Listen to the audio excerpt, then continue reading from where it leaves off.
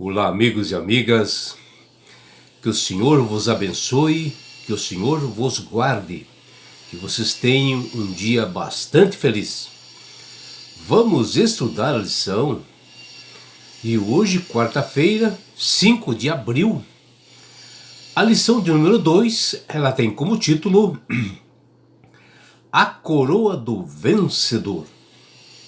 A lição de hoje, ela está baseada no livro de Apocalipse, do capítulo 14, versículos 14 e 15, e que ali o apóstolo João, na ilha de Patmos, ele tem uma visão, e ele descreveu assim, Jesus como um semelhante ao Filho do Homem, tendo assim na cabeça uma coroa de ouro, né?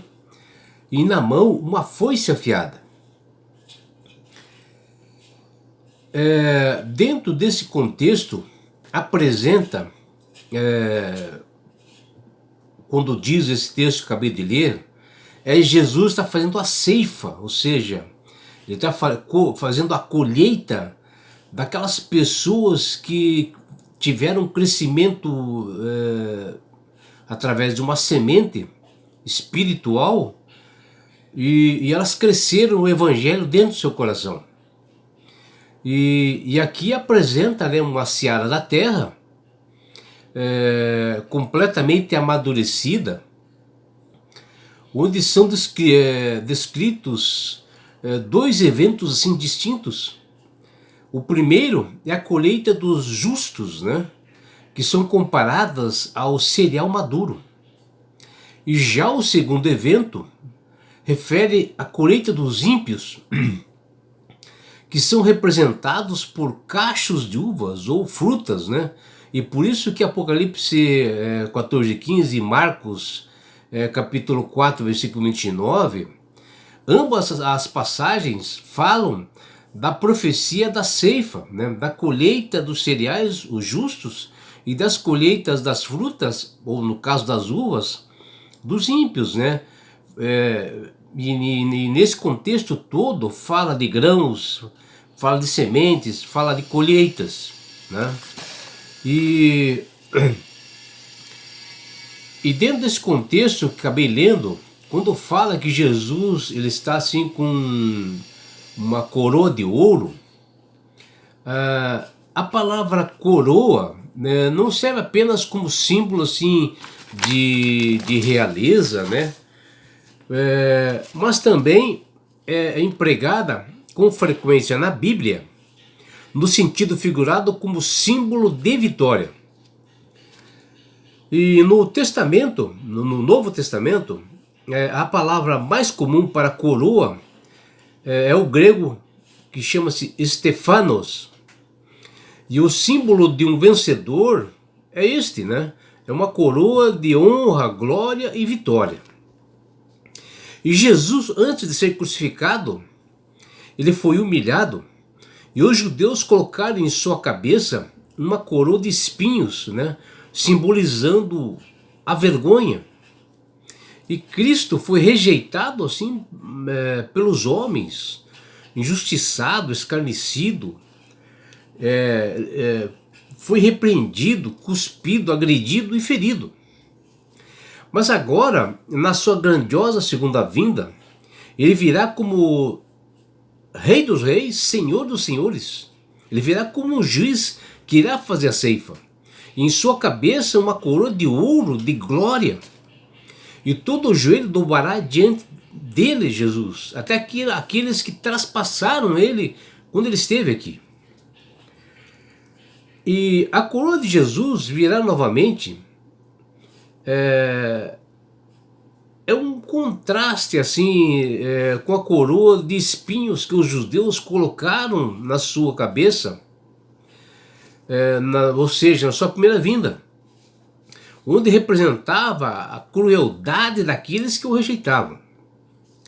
Já a coroa de ouro que ele usará no segundo advento, né, que está muito próximo de nós, representa a vitória espiritual que ganhou para a humanidade a um preço caríssimo, bastante elevado, lá na cruz do Calvário, que fala Apocalipse 5:5. E em Apocalipse 14:15, o apóstolo João vê em sua visão, e ele diz: vi outro anjo que saiu do santuário, clamando com grande voz aos que estavam assentados sobre a nuvem: lança tua foice e ceifa, porque é chegada a hora de ceifar, porque a seara da terra está madura.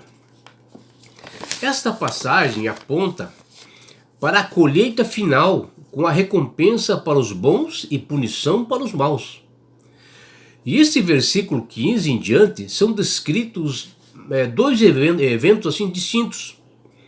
O primeiro é a colheita dos justos, né, que são comparados ao cereal maduro, e apresenta a seara da terra completamente amadurecida.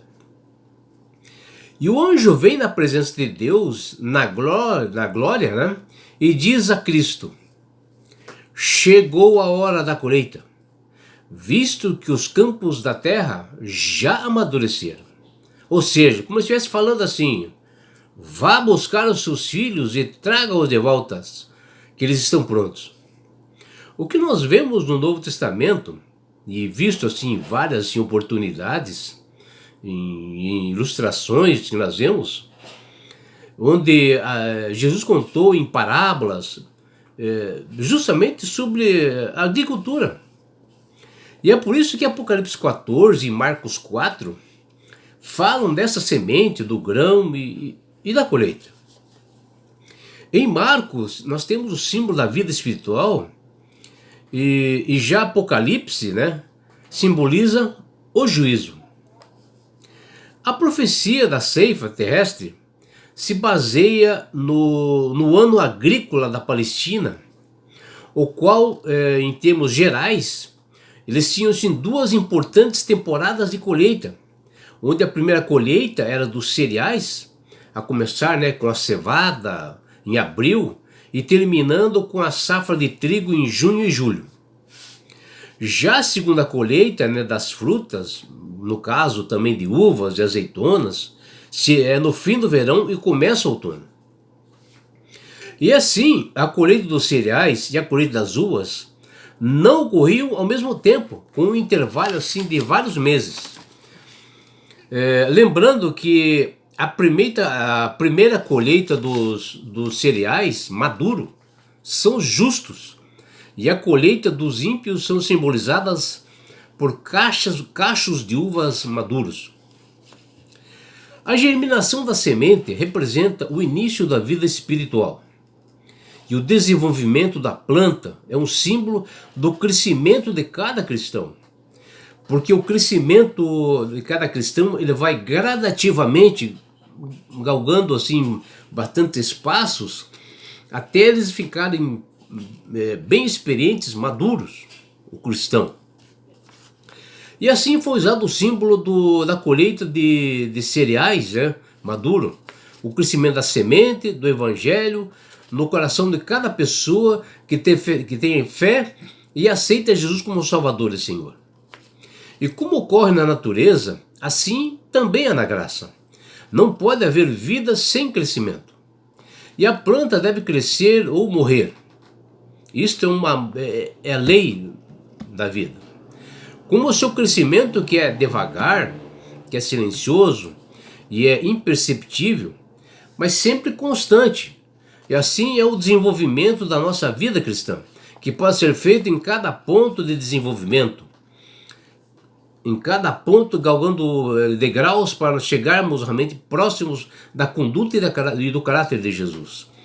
Porém, haverá progresso contínuo se o propósito de Deus esteja em nós. Se nós estejamos cumprindo os estatutos e mandamentos de Deus, para nós chegarmos a esse amadurecimento completo. Por isso, a santificação de cada pessoa, ela é uma obra para toda a nossa vida até a segunda vinda do Senhor Jesus. E é por isso, meu amigo, minha amiga, que Deus tem falado com todas as pessoas através do poder do Espírito Santo, para que aceitem a Jesus como Salvador e Senhor. E com isto, você passa a ter sabedoria ter entendimento, começa a manusear as Sagradas Escrituras, e você passa a ter assim, um crescimento espiritual. E com isto, na grande volta de Jesus, você ganhar a coroa para você que foi vencedor. E é por isso, meu amigo, quando você aceita Jesus como Salvador e Senhor, Deus dá esse presente que chama-se salvação. E com isto você vai galgando espaços, você vai tendo um crescimento espiritual, e Jesus vai levar-te para as mansões celestiais, na sua grande volta que está próximo. No lugar onde não há mais dor, mais morte, mais aflições. E sabe por que Deus quer fazer isto com você, meu amigo? Com você, minha amiga? Porque Jesus te ama. Abraços do seu amigo João Carlos Amorim.